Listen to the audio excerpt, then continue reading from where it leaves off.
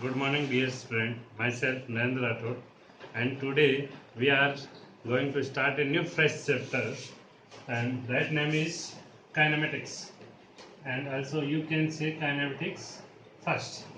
ठीक है, तो आज हम एक बिल्कुल फ्रेश चैप्टर स्टार्ट करने जा रहे हैं काइनेमेटिक्स। तो ये बहुत ज़्यादा इंटरेस्टिंग है। आपने 9th क्लास में थोड़ा बहुत इसके बारे में पढ़ रखा है। तो इसमें हम सबसे पहले जिसकी बात करते हैं वो बात करते हैं motion in one dimension. Motion in one dimension, जैसे आपने थोड़ा सा पहले बेसिक मैथमेटिक्स में कोऑर्डिनेट के बारे में पढ़ रखा है कि कोऑर्डिनेट के बारे में बेसिकली अपने पास कितने कोऑर्डिनेट है? 3 कोऑर्डिनेट है, एक्स एक्सिस, वाई एक्सिस और ये क्या है, जेड एक्सिस। और ये तीनों एक दूसरे के क्या होते हैं? परपेंडिकुलर होते हैं। ये तीनों क्या होते हैं? एक दूसरे के परपेंडिकुलर होते हैं। जैसे अगर कोई कार सीधी सड़क पे जा रही है तो उसके टाइम के साथ में देखो केवल और केवल एक्स एक्सिस में चेंजेस आ रहे हैं। ये कार यहाँ आएगी तो ये यहाँ इधर जा रही है, तो समय के साथ में ओनली टाइम के साथ में मान लो ये टाइम के साथ में केवल एक्स एक्सिस में चेंजेस आ रहे हैं, वाई एक्सिस में कोई भी चेंज नहीं आ रहे। तो यानी कि टाइम के साथ में केवल और केवल एक ही डायमेंशन चेंज हो रही है और वो डायमेंशन कौन सी है? एक्स एक्सिस में चेंजेस आ रहे हैं। तो इस टाइप के मोशन को हम क्या कहेंगे? Motion in one dimension. Motion in one dimension. जैसे मैंने किसी पत्थर को फेंका, मतलब सॉरी किसी पार्टिकल को मैंने थ्रो किया किसी भी वेलोसिटी यू से, तो पार्टिकल कैसे जाके गिरेगा? ऐसे जाके गिरेगा। तो पार्टिकल देखो टाइम के साथ में उसका एक्स एक्सिस भी चेंज हो रहा है और क्या हो रहा है, जैसे पार्टिकल यहाँ था फिर वो पार्टिकल यहाँ आया तो उसका एक्स एक्सिस भी चेंज हो रहा है और उसका क्या हो रहा है? वाई एक्सिस भी चेंज हो रहा है।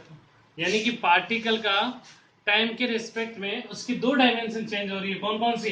एक्स एक्सिस वाली डायमेंशन और वाई एक्सिस वाली। तो अगर ये टाइम के साथ में अगर 2 डायमेंशन चेंज हो रही है तो इस टाइप के मोशन को हम क्या कहेंगे? Motion in 2 dimension. Motion in 2 dimension. जैसे मोशन इन 3 डायमेंशन क्या हो जाए कि टाइम के साथ साथ में एक्स एक्सिस में भी चेंज आए, वाई एक्सिस में भी चेंज आए और जेड एक्सिस में चेंज आए। जैसे फॉर एग्जांपल यहाँ पे अगर कोई भी मॉस्किटो है यानी कोई भी मच्छर की बात करें तो मच्छर जैसे रूम में घूम रहा है तो ऐसा तो नहीं है कि वो बिल्कुल सीधा एक स्ट्रेट लाइन में जाएगा या फिर कुछ ऐसे इसी तरीके से जाएगा कि केवल एक्स और वाई एक्सिस में चेंजेस आ रहा हो ना। तो वो तो रेंडमली किधर भी जाएगा। मान लो कि वो मॉस्किटो वो इधर आ रहा है तो समय के साथ साथ में एक्स एक्सिस में चेंज आ रहा है, वो इस तरफ जा रहा है तो वाई एक्सिस में भी चेंज आ रहा है और जेड एक्सिस में भी चेंज आ रहा है। जैसे कोई भी फॉर एग्जाम्पल कोई भी बर्ड है जो आसमान में फ्लाई कर रहा है तो उसकी भी क्या हो रही है कि कोई एक प्रॉपर डायरेक्शन नहीं होती है, वो रेंडमली इधर उधर कहीं पे भी जाता है, यानी टाइम के साथ में उसके तीनों एक्सिस में चेंजेस आता है। तो इस टाइप के मोशन को हम कहते हैं मोशन इन 3 डायमेंशन। तो हमने देखा कि मोशन इन 1 डायमेंशन, 2 डायमेंशन और 3 डायमेंशन किसे कहते हैं। और बेसिकली आप जैसे जैसे आगे पढ़ते जाओगे तो ये फील करते जाओगे आराम से। तो हमें अभी बात जो करनी है वो किसी भी, हमें कौन सी डायमेंशन की बात करनी है? 1 डायमेंशन। यानी कि टाइम के रिस्पेक्ट में केवल और केवल एक ही एक्सिस चेंज होगा, या तो एक्स एक्सिस में चेंज हो जाए या वाई एक्सिस में चेंज हो जाए या फिर जेड एक्सिस में है। जैसे फॉर एग्जांपल जैसे ये एक्स एक्सिस है ये वाई एक्सिस है, अगर कोई कार सीधी सड़क पे चल रही है तो टाइम के साथ में केवल एक्स एक्सिस में चेंज हो जा रहा है। या फिर मैं यहाँ खड़ा हूं, मैंने किसी भी स्टोन को ऊपर की तरफ फेंका या किसी पार्टिकल को मैंने ऊपर की तरफ फेंका, तो वो पार्टिकल को जैसे मैं सीधा ऊपर की तरफ, अगर जैसे इस मार्कर को सीधा ऊपर की तरफ फेंकूं तो वो क्या होगा? मार्कर ऐसे ऊपर जाएगा और सीधा ऐसे आएगा। ऐसा तो नहीं होगा कि ऊपर जाके इधर मुड़ जाए ना, तो सीधा ऊपर जाएगा और सीधा नीचे आएगा। तो किसी भी पार्टिकल को अगर मैंने यहाँ से फेंका तो वो पार्टिकल सीधा ऊपर जाएगा और सीधा वापस इसी पाथ पे वापस रहेगा, यानी कि एकदम सीधा अपवर्ड डायरेक्शन में अगर थ्रो किया किसी पार्टिकल को डायरेक्ट अपवर्ड डायरेक्शन में। तो देखो आप टाइम के साथ में केवल और केवल किस में चेंजेस आ रहे हैं? वाई एक्सिस में। एक्स की वैल्यू तो फिक्स है इसके लिए और जेड इधर भी नहीं है। तो ऐसी है सिर्फ और सिर्फ हम जो इस चैप्टर में पढ़ने वाले हैं तो केवल और केवल एक ही डायमेंशन में चेंज आएगा, चाहे वो एक्स मान लो चाहे वाई मान लो और वो या फिर जेड हो सकती है। ठीक है, ये आपने एक्स वाई जेड के बारे में थोड़ा बहुत कोऑर्डिनेट में आपने पढ़ रखा है। ठीक है, अब मैं इस चैप्टर को स्टार्ट करने जा रहा हूं। अब स्टार्ट करते हैं इस चैप्टर की पोजीशन वेक्टर से। पोजीशन वेक्टर से स्टार्ट करते हैं। ठीक है, तो पोजीशन वेक्टर्स को आप अभी रिसेंटली साथ में पैरेलल में वेक्टर भी पढ़ रहे हो तो वहां डिटेल से पढ़ रहे हो ठीक है। तो पोजीशन वेक्टर को आपने पढ़ रखा है, फिर भी आपको कोई भी जैसे पार्टिकल है, कोई भी पार्टिकल है तो ये उसके लिए एक्स एक्सिस है, ये इसके लिए वाई एक्सिस है, और ये क्या है जेड एक्सिस है। तो आपने कोई भी इमेजिन किया तो ये इसके क्या होगा, ओरिजिन होगा, ओरिजिन से ये पार्टिकल है, जैसे कोई भी पार्टिकल है पी, ये आर वेक्टर उसकी पोजीशन है, ये पोजीशन है उसके आर वेक्टर। इसके बारे में आपने डिटेल से पढ़ रखा है, तो मैं इसको अभी ज्यादा डिस्कस नहीं कर रहा हूँ, और मैं चैप्टर को स्टार्ट कर रहा हूँ डायरेक्टली। और चैप्टर स्टार्ट होता है अपना सबसे पहले रेस्ट एंड मोशन। सबसे पहले चैप्टर स्टार्ट होता है रेस्ट एंड मोशन। आपको कैसे पता चलेगी कोई चीज कौन सी रेस्ट में है या फिर कौन सी मोशन में? तो हम बेसिकली आपसे पूछा जाए कि जैसे ये व्हाइट बोर्ड है, ये रेस्ट में या मोशन में? तो मेनली स्टूडेंट बोलता है रेस्ट में, ठीक है। उससे पूछा जाता है कि कोई भी बिल्डिंग उसके सामने है तो वो रेस्ट में या मोशन में, तो वो कहता है रेस्ट में। तो उससे कहा जाए मोशन में कौन सी है, तो चलती हुई गाड़ी को बताएगा कि वो कौन सी है, मोशन में। एक्चुअली ये सब फ्रेम ऑफ रेफरेंस पे डिपेंड, ये सब किस पे डिपेंड करते हैं, फ्रेम ऑफ रेफरेंस पे डिपेंड करते हैं। जैसे आपने ये कहा कि ये व्हाइट बोर्ड किस में है, रेस्ट में, ये व्हाइट बोर्ड किस में है, रेस्ट में है। लेकिन फॉर एग्जांपल आप सपोज करो कि कोई दूसरे प्लैनेट से देख रहा है, अर्थ के अलावा किसी अदर प्लैनेट से देख रहा है, तो अर्थ तो रिवॉल्व कर रही है, और जब अर्थ रिवॉल्व कर रही है तो ये बोर्ड भी उसके लिए क्या कर रहा है, रिवॉल्व कर रहा है। तो उस जो अदर प्लैनेट से देख रहा है इस बोर्ड को, तो उसे क्या लगेगा कि ये बोर्ड क्या हो रहा है, चल रहा है, ये बोर्ड क्या हो रहा है, चल रहा है। तो उसे किस में लगेगा, ये मोशन में। जबकि आप जब इसके सामने खड़े हो तो आपको ये किस में लगेगा, रेस्ट में, क्योंकि आपके साथ, आपके लिए इसकी पोजीशन चेंज नहीं हो रही है, टाइम के साथ में चेंज नहीं हो रही। तो ये डिपेंड कर रहा है फ्रेम ऑफ रेफरेंस पे। जैसे एक एग्जांपल से मैं समझाता हूं आपको। जैसे ये कोई लिफ्ट, ये लिफ्ट है, और इस लिफ्ट में कोई भी पर्सन है राम, जिसका नाम क्या है, राम है, और यहाँ पे एक बॉक्स रखा हुआ है, एक बॉक्स रखा हुआ है, ये बॉक्स है, ठीक है।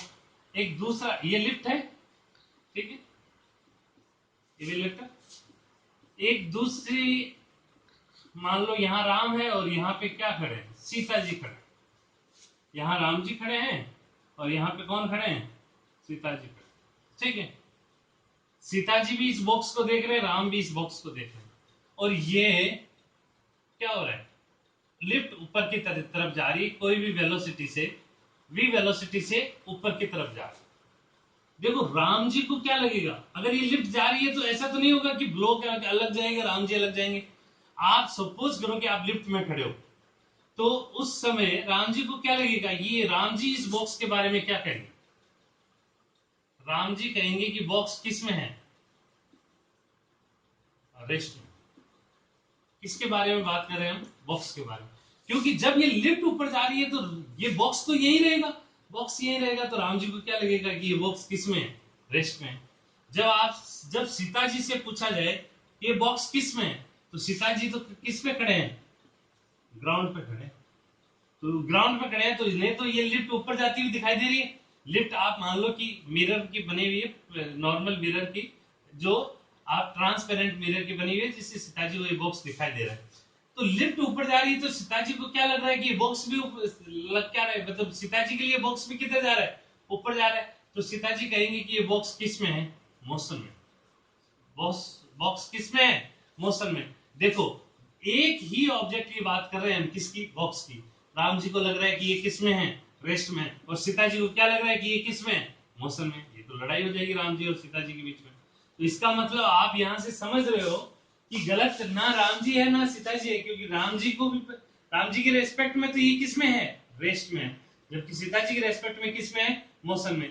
तो हम रेस्ट और मोशन को तभी डिफाइन कर सकते हैं जब आप किसी फ्रेम ऑफ रेफरेंस के बारे में बात कर रहे हो। तो हम ये कह सकते हैं कि राम के रेस्पेक्ट में ये रेस्ट में है, और सीता जी के रेस्पेक्ट में ये किस में है, मोशन में। सीता जी के रेस्पेक्ट में ये किस में है, मोशन में। तो कोई भी ऑब्जेक्ट की रेस्ट और मोशन, तो यानी कि आप कह सकते हो कि मेरे लिए ये व्हाइट बोर्ड किस में है, रेस्ट में। लेकिन कोई अदर प्लैनेट से देख रहा है तो अर्थ रिवॉल्व कर रही है, तो इसके साथ साथ में ये बोर्ड भी रिवॉल्व कर रहा है तो उससे ये किस में लगेगा, मोशन में लगेगा। एक एग्जांपल और देख लो, जिससे बेसिकली आप जैसे ट्रेन में बैठे हो या गाड़ी में बैठे हो, तो गाड़ी में जब आप बैठे रहते हो तो आप देखते हो कि पेड़ पीछे की तरफ दौड़ रहे होते हैं। क्या वास्तव में पेड़ पीछे की तरफ दौड़ रहे हैं क्या? नहीं। जब आप आगे जा रहे हो तो ये पेड़ आपको क्या लग रहा है कि हमेशा पीछे की तरफ जा रहे हैं। आपके रेस्पेक्ट में आपको लग रहा है कि पेड़ कैसे है, मोशन में, वो ट्री किस में, मोशन में। लेकिन कोई बाहर खड़ा है वही उसी पेड़ के पास में, तो उसे वो हमेशा किस में लगेगा, रेस्ट में। तो ये डिपेंड करता है फ्रेम ऑफ रेफरेंस पे कि कौन सा रेस्ट में है या कौन सा मोशन में है, आप किसके रेस्पेक्ट में बात कर रहे हो। ओके, तो ये क्लियर हुआ आपका कि हम बात कर रहे हैं रेस्ट और मोशन की, कि रेस्ट क्या होता है, मोशन क्या होता है। और बेसिकली आप जैसे किसी की बात करो कि अगर किसी भी ऑब्जेक्ट की पोजीशन टाइम के रेस्पेक्ट में कांस्टेंट रहे तो वो है रेस्ट में होगा, नॉर्मल डेफिनेशन जो आप पढ़ना चाहते हो। अगर किसी पार्टिकल की पोजीशन टाइम के साथ में चेंज हो रही हो, ठीक है, the position of A particle varies with time, ठीक है, तो उसको हम कहेंगे मोशन में। अगर position of particle remains constant at different different times या कांस्टेंट, ठीक है, कांस्टेंट रहे अगर डिफरेंट डिफरेंट टाइम पे, तो उसको हम क्या कहेंगे, रेस्ट में कहेंगे। ठीक है, तो ये हमारी बात हो गई है रेस्ट और मोशन की।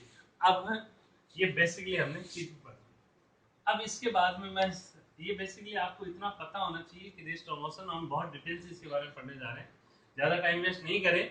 और अब हम स्टार्ट कर रहे हैं इस चैप्टर को, ठीक है, और इसमें रेस्ट और मोशन के बारे में मुझे बताना था कि एक्चुअली क्या होता है। तो अब ये बात अपने दिमाग में बैठा लो कि फिजिक्स को आपको फ्रेम ऑफ रेफरेंस के बिहाफ पे पढ़ना है। फ्रेम ऑफ रेफरेंस, किसके रेस्पेक्ट में आप बात कर रहे हो, किसके रेस्पेक्ट में आप क्या कर रहे हो, बात कर रहे हो, तो इसके बिहाफ पे आपको पढ़ना है। ओके, तो अब मैं स्टार्ट कर रहा हूँ डिस्टेंस एंड डिस्प्लेसमेंट। बेसिकली आज थोड़ा सा मैं आपको और बता देता हूँ कि डिस्टेंस क्या होती है और डिस्प्लेसमेंट क्या होता है। तो देखो, डिस्टेंस और डिस्प्लेसमेंट, डिस्टेंस एंड डिस्प्लेसमेंट,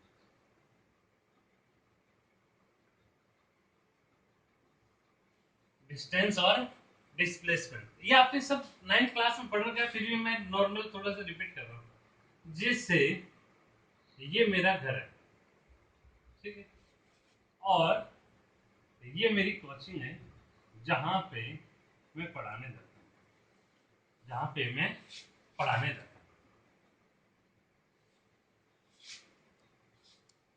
ये कोचिंग में पढ़ाने जाता हूँ, तो मेरे लिए जो सड़क है वो कुछ इस तरीके से मेरे कोचिंग में। और जब मैं कार से जाता हूँ, जब मैं कार से जाता हूँ, तो मेरे कार में ये जो डिस्टेंस आती है वो कितना आती है, 10 किलोमीटर। यानी कि मेरे घर से ये कोचिंग है वो 10 किलोमीटर, वो क्या है, 10 किलोमीटर, ठीक है। और मेरी गाड़ी किसी वजह से खराब हो गई तो एक सीधा रास्ता जहां से कार तो नहीं जा सकती, लेकिन मैं पैदल गया तो वो जो डिस्टेंस थी वो थी 6 किलोमीटर। कितनी थी, 6 किलोमीटर। कितनी थी, 6 किलोमीटर।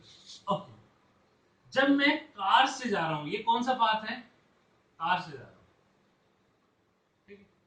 जब मैं कार से गया तो जो पाथ की जो लेंथ थी वो कितनी थी, 10 किलोमीटर। एक्चुअल पाथ कितनी थी, 10। और जबकि मिनिमम डिस्टेंस कितनी है यहाँ पे, 6 किलोमीटर। कितनी है, 6 किलोमीटर। तो जो डिस्टेंस है वो है 10 किलोमीटर और डिस्प्लेसमेंट क्या है, 6 किलोमीटर। तो एक्चुअली डिस्टेंस जो होती है वो क्या होती है, एक्चुअल पाथ लेंथ, की लेंथ, पाथ कितना बड़ा है, उस एक्चुअल उस पाथ की जो लेंथ होगी उसको हम कहेंगे डिस्टेंस। और डिस्प्लेसमेंट हम किसको कहेंगे, minimum distance between final position या final point to initial point. यानी कि या final position to initial position यानी कि ये इनिशियल पोजीशन थी हमारा घर, और कोचिंग हमारा क्या था, फाइनल पोजीशन। तो इनके बीच में जो मिनिमम लेंथ थी या मिनिमम डिस्टेंस थी वो कितनी है, 6 किलोमीटर। ठीक है, तो यानी कि आप इसको आप बोल सकते हो डिस्प्लेसमेंट को, क्या बोल सकते हो, डिस्प्लेसमेंट को। ठीक है, final position minus initial position, ये थोड़ा सा बेसिक आप याद रखना। Final position minus initial position, यानी कि फाइनल जो पोजीशन होगी और इनिशियल जो पोजीशन होगी उसके बीच की जो मिनिमम लेंथ होगी उसको हम बोलेंगे। यानी कि फाइनल और मिनिमम, फाइनल और इनिशियल, यानी कि ये जो मिनिमम लेंथ होगी वो आप डायरेक्टली उन दोनों को पॉइंट को मिलाते हुए स्ट्रेट लाइन ड्रॉ कर दो, वो उसकी हमेशा क्या होगी, मिनिमम लेंथ होगी। जैसे कोई पार्टिकल है ए और ये क्या है, उसका पार्टिकल क्या है बी, अगर वो किसी भी रास्ते से जा रहा है, ऐसे जा रहा है या कोई दूसरा रास्ता ये है, तो सबसे मिनिमम लेंथ क्या होगी जब आप उसको डायरेक्ट मिला दो, तो ये उसकी क्या होगी, मिनिमम। तो वो मिनिमम जो लेंथ होगी उसको हम क्या कहते हैं, डिस्प्लेसमेंट। तो यहाँ से हमें पता चल गया कि जब मैं कार से जा रहा हूँ तो जो मेरी डिस्टेंस आ रही है वो कितनी आ रही है, 10 किलोमीटर, और जो डिस्प्लेसमेंट आ रही है वो हमारी क्या आ रही है, 6 किलोमीटर। डिस्प्लेसमेंट कितनी आ रही है, 6 किलोमीटर। ठीक है, तो कल का जो लेक्चर होगा वो हमारा केवल और केवल डिस्टेंस और डिस्प्लेसमेंट पे होगा, केवल और केवल डिस्टेंस और डिस्प्लेसमेंट। इसको हम बहुत डिटेल से अभी डिस्कस करने वाले हैं, बहुत डिटेल से हम पढ़ने वाले हैं। बेसिक नॉलेज, बेसिक चीजें जो आपने पढ़ रखी थी वो मैंने एक बार रिवाइज किए, और कल हम इस पे अच्छे स्टैंडर्ड पे न्यूमेरिकल करेंगे। बहुत अच्छे स्टैंडर्ड पे इस पे न्यूमेरिकल बनते हैं, क्योंकि डिस्टेंस आएगी तभी आप स्पीड निकाल पाओगे, जब डिस्प्लेसमेंट आएगी तभी आप वेलोसिटी निकाल पाओगे। तो ये आगे हम फर्दर डिस्कस करते हैं।